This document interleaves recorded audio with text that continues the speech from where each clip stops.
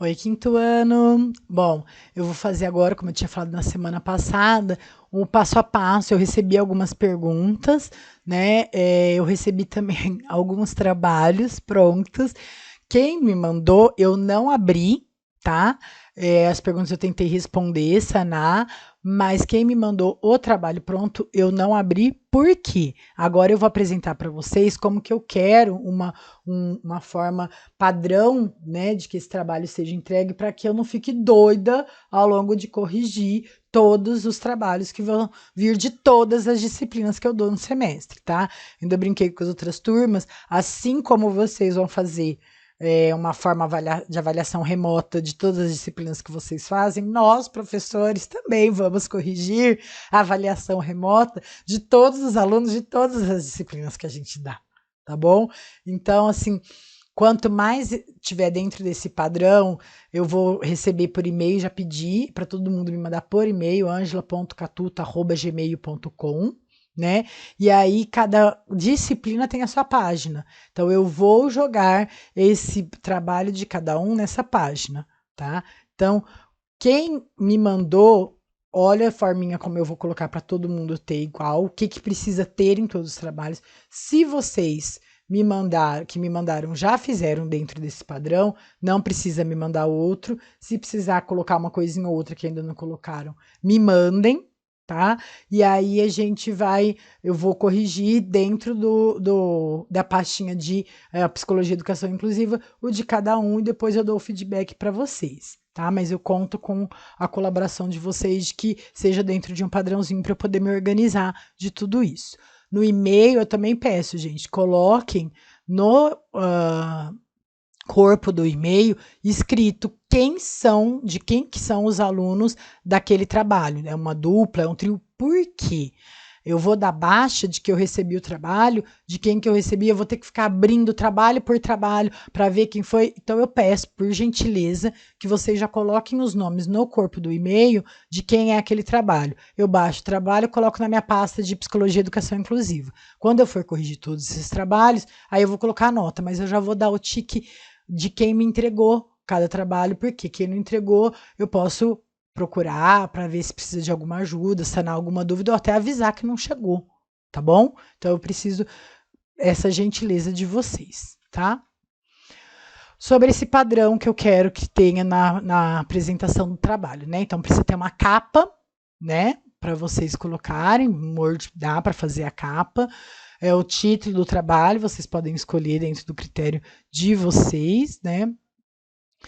A disciplina que vocês estão desse trabalho, porque aí eu já abro, salvo e já coloco na pasta certinho, né? Então a disciplina é psicologia e educação inclusiva, o nome e o RA de todos os alunos que estão nesse trabalho. E aí eu quero que esse trabalho apresente um sumário na segunda página. Então, quais são os temas que esse trabalho vai apresentar, tá? Então, o estudo de caso, copia e cola, né? Formatar dentro do padrão, mais copia e cola do que já está no PowerPoint da apresentação do caso. A importância da Declaração de Salamanca, o que, que foi a definição do que foi a Declaração de Salamanca, né? A legislação de educação para todos no Brasil, então, quais as leis que vocês consideram importantes, a gente vai fazer a revisãozinha básica desses temas, tá? A definição de necessidades educacionais especiais, o que, que é sujeitos com necessidades educacionais especiais, né? As dialéticas que a gente estudou, então, expor-se, resguardar-se, figura, fundo, exclusão, inclusão, então essas dialéticas, e o método clínico do Piaget. Depois disso, a conclusão e as referências. Pessoal, dentro do formulário, sobre as referências, tem no plano da disciplina e as referências que vocês, que eu coloquei, né, do livro do Piaget, né, e do livro do método clínico do Piaget, do Delval, vocês podem usar, eles estão no formulário da videoaula, tá? Vão usar mais pautados nos slides da aula, mas coloquem eles como vocês estão usando, que isso não partiu de vocês, é importante ter. Sobre o método clínico do Piaget, eu vou explicar como é que vocês vão colocar, não é apresentar o método clínico pelo método clínico. Teve essa pergunta, eu espero ter sanado, respondido, mas também vou apresentar essa resposta para o grupo em geral. E a conclusão, né? A conclusão, eu vou explicar o passo a passo como é que vocês têm que fazer também, que eu quero que todos os trabalhos tenham conclusão. Uma conclusão geral e uma conclusão particular, que eu quero que seja apresentado no final do trabalho, tá? Vamos lá, legislação da escola para todos, né? Então, a Declaração de Salamanca, o quanto que ela partiu dessa declaração, a estabelecimento de regras padrão em todos os países para uma educação para todos, né? O que é isso? É a equalização da oportunidade de uma educação para todos, que seja uma escola para todos, né? O quanto que essa declaração é a busca da Organização das Nações Unidas de colocar a importância de que todos tenham acesso à educação, né, com necessidades físicas ou psíquicas ou qualquer tipo de necessidade especial, né? Então, o que ela, a proclamação da declaração coloca os pontos importantes que ela coloca, que eu espero que vocês discutam dentro do trabalho de vocês, né? Assumir o fato dela colocar como base o assumir a diferença humana como normal, como existe diferença humana, não tem como negar isso, né? Então isso vai acontecer, isso vai aparecer, não é para ser segregado, diferenciado, então esse é normal, esse não é normal. A diferença acontece, existe, né? Adaptar a aprendizagem às necessidades da criança e não a crianças à aprendizagem, tá? A proposta de aprendizagem, então, que tenha uma adequação da proposta de aprendizagem para as possibilidades, as necessidades do aluno, né? Reconhecer a necessidade diversa, a diversidade dos alunos, para poder entender, então, que precisa ter a elaboração de uma proposta, de uma busca de ensino, né, um método de ensino que atenda essa diversidade, né, e que dentro disso, então, que ele atenda a diversidade, que ele receba um suporte para assegurar a educação para todos, efetiva para todos. Não é só para que tenha um reconhecimento de que todos os com necessidades diversas têm que ter acesso, mas que esse suporte dado de educação para todos seja de qualidade. Essa é a grande discussão dentro desse caso que eu apresentei para vocês, né? Vamos lá.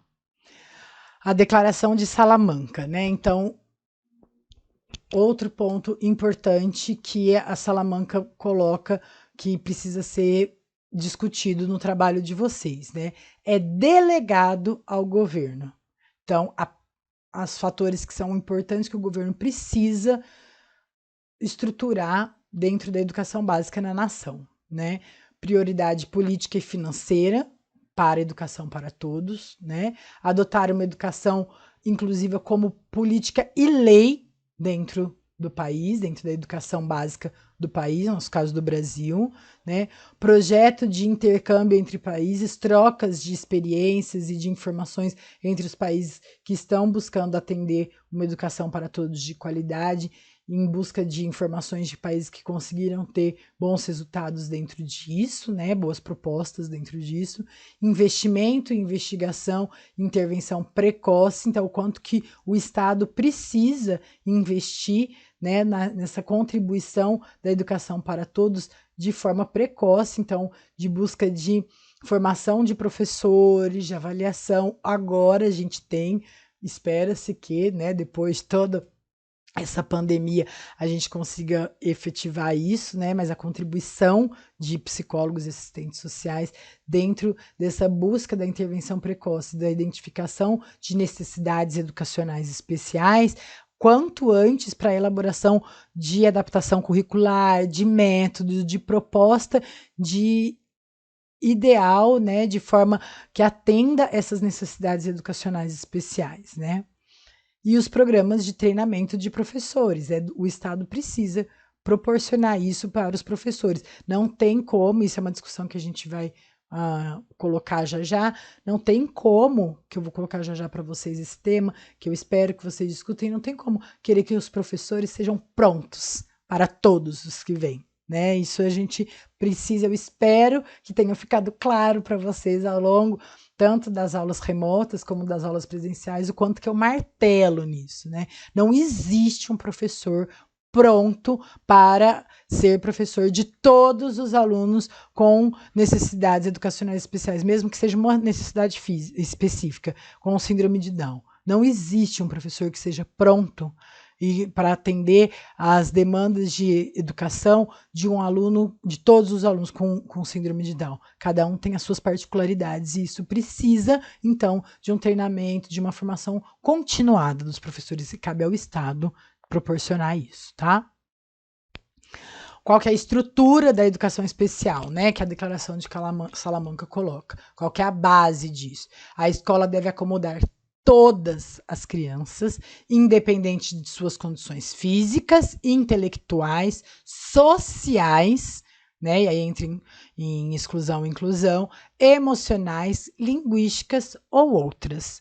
Tá? Então é isso que precisa ficar claro, vocês precisam apresentar qual que é a base, né, da Declaração de Salamanca, que fundamenta também a legislação do nosso país da educação de necessidades especiais, tá? Deve incluir, então, crianças deficientes e superdotadas e crianças de grupos desvantajosos ou marginalizados. Então, esses dois pontos precisam ser discutidos, tá? Dentro da legislação do Brasil, né? Em 96, na LDB, eles apresentam o capítulo 5, eles inseriram o capítulo 5, que é essa educação especial, né? Então, tudo isso que a gente viu, né, dentro do comecinho das aulas presenciais. Entende-se por educação especial? O que é uma educação especial? Precisa apresentar isso no trabalho de vocês, né? Para efeitos desta lei, a modalidade de educação escolar oferecida preferencialmente em rede regular de ensino para educandos portadores de necessidades especiais. Qualquer necessidade especial precisa ter o oferecimento de rede regular de ensino. Não conseguindo dentro disso é que se pode pensar, tá? É importante, então, que e aí eles colocam 3 parágrafos importantes, né, que precisa ter um serviço de apoio especializado, é quem apresenta uma necessidade educacional especial, tá? Precisa ter atendimento ser feito dentro das classes e das escolas de serviço especializado, em função de alunos específicos, né, mas que não foi possível integrar na classe comum de regular. Então, para ir para uma escola especial, ele precisa primeiro ter tentado na integração de classe ensino regular, ou até ficar na classe de ensino regular e no horário oposto, né, no outro horário do dia, poder colocar dentro de uma escola, de um serviço especializado, né, uma instituição de serviço especializado.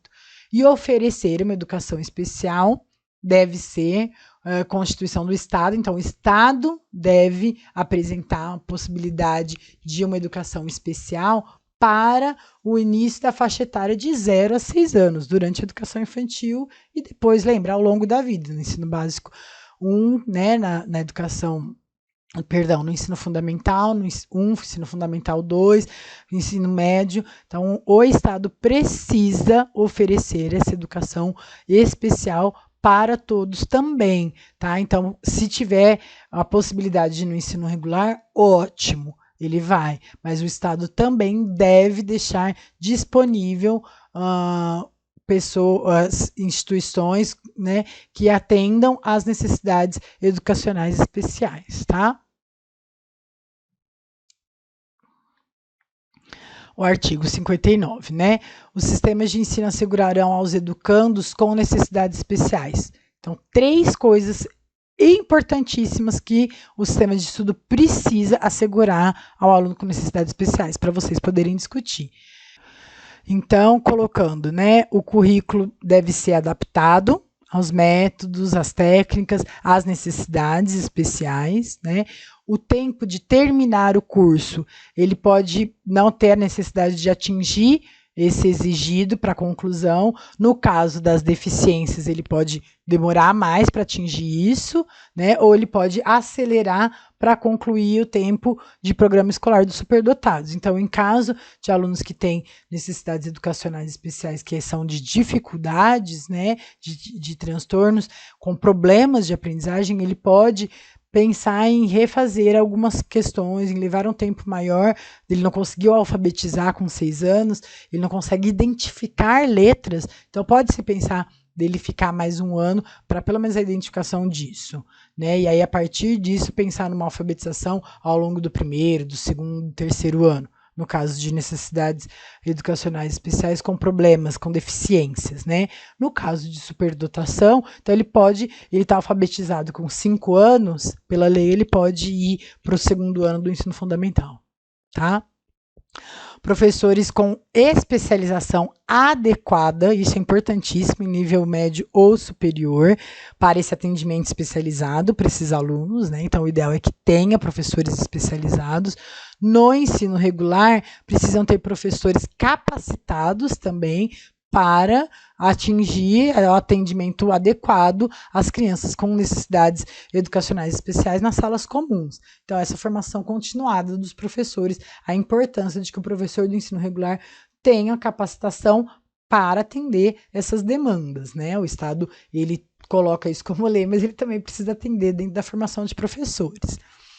As outras 3 importantes, então, que vieram mais recentes, depois dos anos 2000, no Brasil, né? Então, em 2001, o decreto da eliminação de todas as formas de discriminação com pessoa portadora de deficiência, né? Então tem um decreto de que, se acontecer situações de discriminação, haverá um processo sobre isso, né?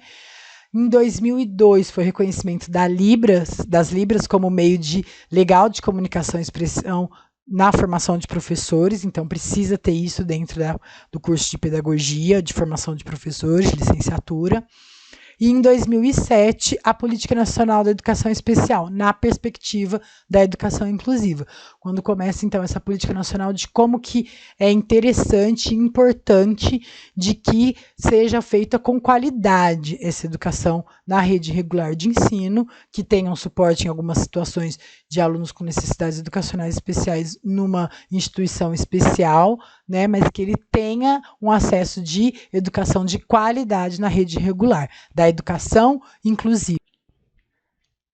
Então, pessoal, terminando, né, a parte da legislação, o quanto que a Thalita precisa, então, dentro dessa proposta que ela vai fazer essa formação de professores, essa revisão da escola para todos dentro daquela escola em que ela trabalha, que ela precisa, ela já está incomodada, né, de como ela ouve nas entrelinhas, trazem para ela, ou até diretamente dos professores, esse preconceito em relação à legislação da educação para todos, esse trabalho que tem de adaptação de currículo, quanto que vocês precisam apresentar, como que a Thalita colocaria essa legislação como sendo a base fundamental para eles, não é para negar isso, ela dispara desafios, que vocês coloquem o quanto que é compreensível que são desafios para os professores, mas são as legislações, é o que tem que acontecer.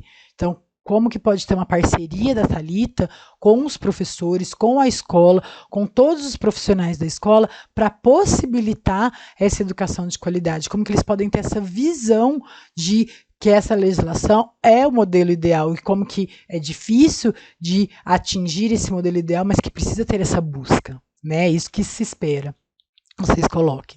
Dentro das dialéticas, né? Então, ressaltando de novo aí, ó, a referência da Amaral, é deficiência como figura e vida como fundo, né? Então, o que é figura? Como que a Amaral coloca como que ela destaca que figura é a definição, né, principal daquele sujeito, né? O que é fundo, o que fica nas entrelinhas, o que fica por trás dessa figura como sendo o principal do sujeito, né? Então, quanto que a figura precisa estar diretamente ligada ao sujeito, a definição de quem é este ser humano, né? De quem é este aluno, e aí o fundo, né? as necessidades especiais. Esse aluno não tem necessidades especiais. Isso a Amaral coloca como sendo o ideal. O grande problema é que tem as várias vertentes, né? Quer ver? Aí.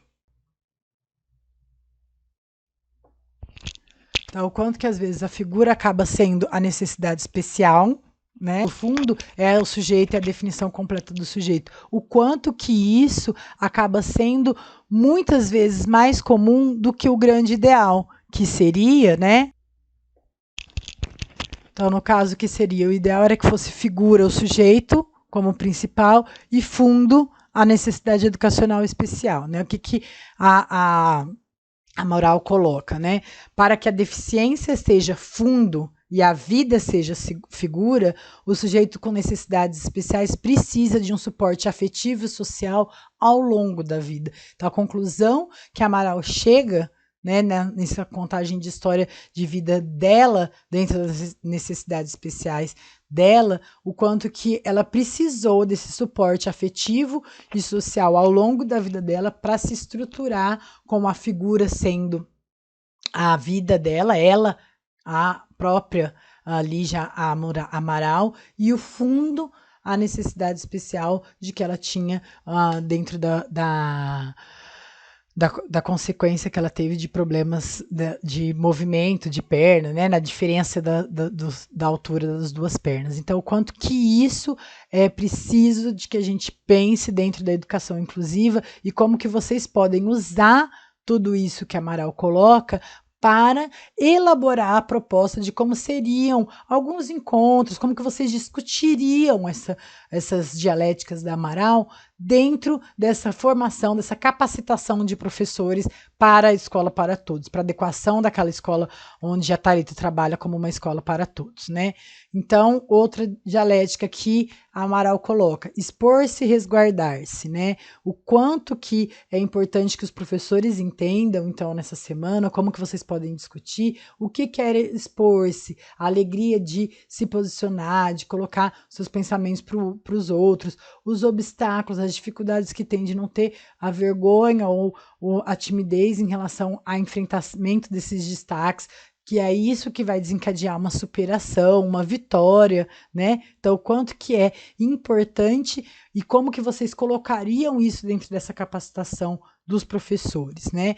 Em busca de indivíduos, de qualificação de indivíduos para além das necessidades especiais, como que vocês usariam aquela figura e fundo, né, como sendo o expor-se como um sujeito completo, né, para além das suas necessidades especiais, vinculado direto àquilo que a gente viu agora mesmo do figura e fundo, né?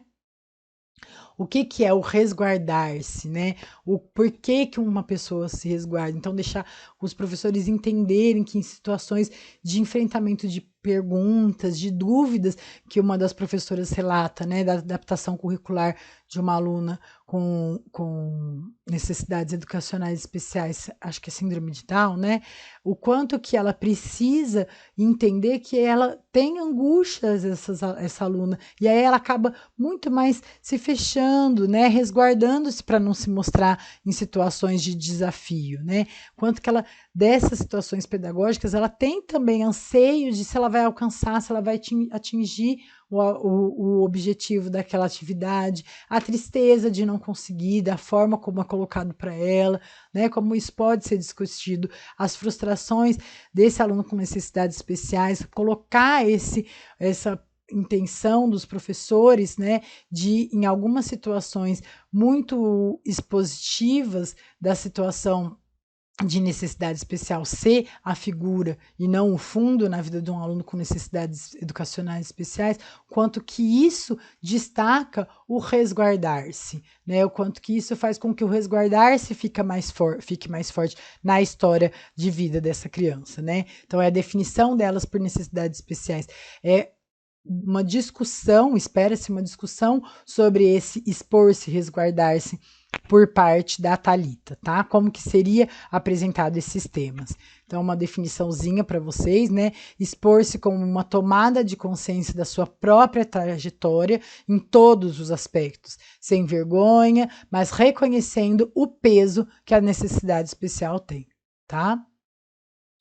e resguardar-se como um altrave, né? Um autotrave, a partir da angústia e dos anseios de não atingir o que o outro, o professor, os pais, o que a sociedade exige de quem tem necessidades especiais, né? Então, quanto que ele destaca, né, ela, perdão, a Amaral, essa necessidade especial pode acabar acarretando muito mais um autotrave, uma auto resguarde de que eu não vou atingir o que o outro espera, então essa angústia, né, de não atingir, então vai muito mais se resguardar do que se expor, vai muito mais se reduzir a necessidade especial do que se expor em busca de ter uma vida produtiva e saudável e com sucesso, tá?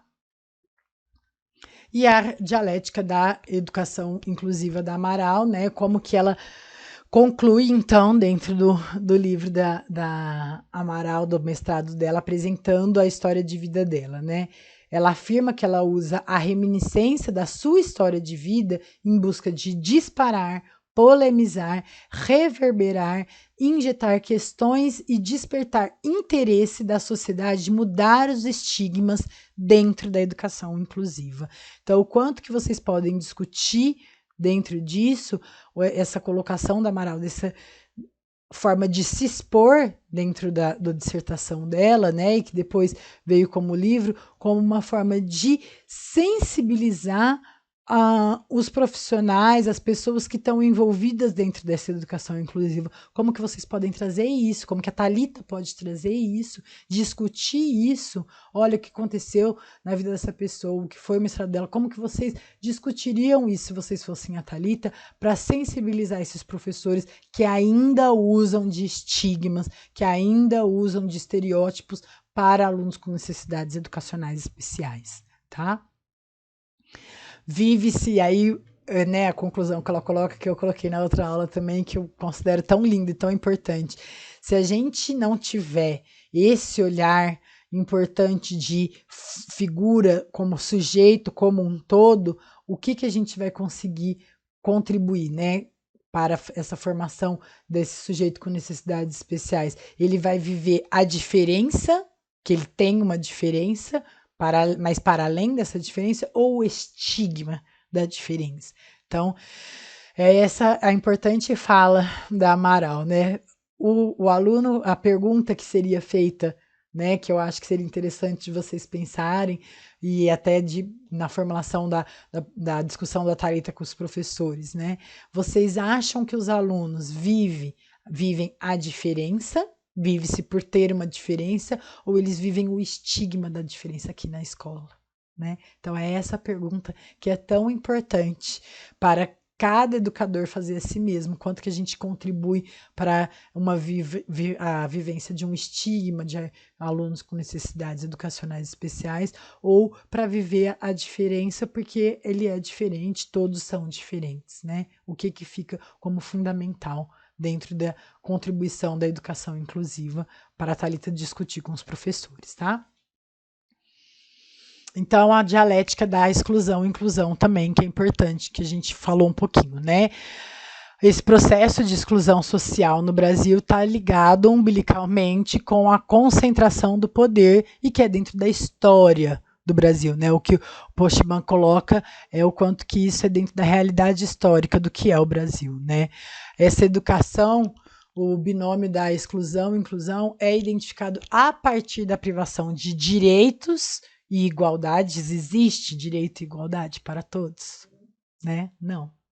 Além da estigmatização em contraste à realidade de atendimento de direitos e prazeres. Então, o quanto que existem os que são estigmatizados dentro dessa realidade social, né, e que são separados, que vivem uma desigualdade completa e nem têm direito, nem são atendidos em relação aos direitos e aos prazeres da vida e do alcance de uma educação de qualidade, né? Então, o quanto que isso vocês podem discutir também, tá? Então, só uma definição simples, né, breve da exclusão, ela engloba situações de carência e de vulnerabilidade, né, são fatídicas formas de segregação, de opressão, de estigmatização. Vocês têm muito já me trouxeram experiência com pessoas que vivem dentro dessas vulnerabilidades. Então, o quanto que a Thalita pode discutir, aí vocês discutirem em formato de Thalita, né, o quanto que os professores podem pensar qual que é a realidade daquela escola que eles estão, qual que é a realidade daquela comunidade, o quanto que isso é importante para além que a escola tenha para além de uma formação de processos de aprendizagem, né? Que seja uma formação de pessoa, de cidadão, e que dentro dessas situações que eles tenham algumas carências, algumas situações de carência, a escola precisa sanar algumas questões dessas, né? A vulnerabilidade da sociedade civil, como garantidor dos direitos do cidadão, esconde as condições que fundamentam as relações de produção de desigualdade de classe social. Então, é pensar em sensibilizar os professores, o quanto a Thalita pode sensibilizar os professores de que garantir essa educação para todos é uma forma de colocar os alunos ali dentro, né, sejam eles com necessidades educacionais especiais por questões físicas ou intelectuais, ou até por desigualdade de classe social, o quanto que a escola também precisa estar atenta a isso, que não é só colocar ele ali dentro, é de ser uma base, uma fundamentação de acesso a informações de formação de cidadão também, né? Sendo que em fora dali da escola ele pode ter outras situações de vulnerabilidade que não atendam essa base, né, de formação. Então precisa discutir isso também, tá? Apesar de não estar apresentado direto no caso, mas vocês podem colocar esse tema. A inclusão social. As políticas inclusivas, elas se apresentam de forma desencadeada com a realidade, né?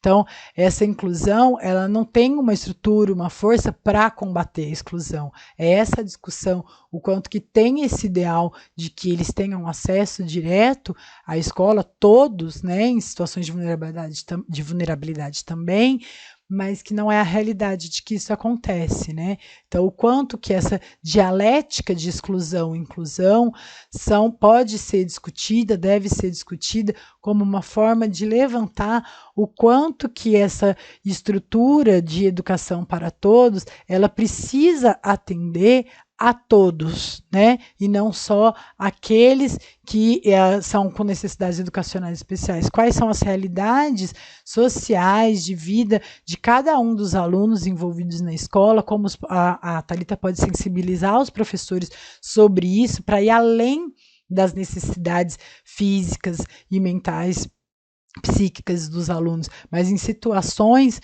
de vulnerabilidade social também, né? Isso precisa ser um tema levantado também, que a escola pode ter que atender essas situações e ela precisa estar pronta para isso, principalmente agora, depois de uma situação da pandemia, como tá, as consequências disso vão surgir muitas, vai desencadear muitas situações críticas financeiras, econômicas, e que vai aumentar ainda mais esse índice de diferença, né, de segregação entre os que têm acessibilidade, acesso, condições socioeconômicas e os que não têm, os que vivem em situações de vulnerabilidade, né? Então é um tema que vocês podem entrar para discutir também.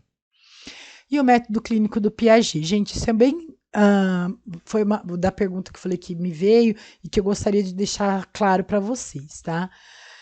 Dentro do método clínico de Piaget que a gente estudou, né, as 5 perfis que ele coloca, não importa o queísmo, a fabulação, a crença sugerida, a crença desencadeada e crença espontânea, o que se espera que vocês coloquem dentro, que a Thalita coloque dentro dessa formação, o que existe, pode colocar, professor, o método clínico pode ser usado pelos professores, foi diretamente a pergunta que me fizeram.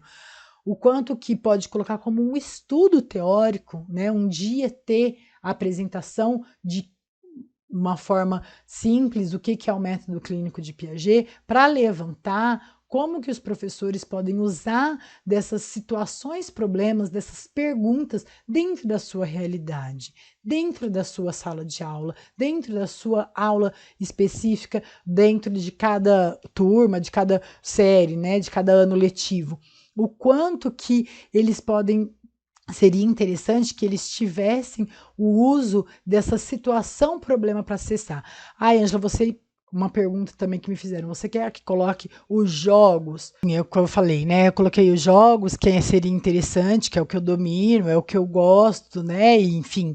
Então, eu coloquei como exemplo, mas vocês podem usar outro. Então, um que me veio, né, de metodologias ativas. Vocês podem usar o quanto que uma metodologia ativa pode ser fundamentada teoricamente na crença do método clínico de Piaget, no alcance, no acesso à crença de cada um dos alunos que o professor pode ter. Por exemplo, né, um dos métodos das metodologias ativas que eu pensei, o júri simulado. Né? Então, pode criar uma situação de pergunta, né? Olha, esse aluno tinha que fazer um transporte de líquido, né?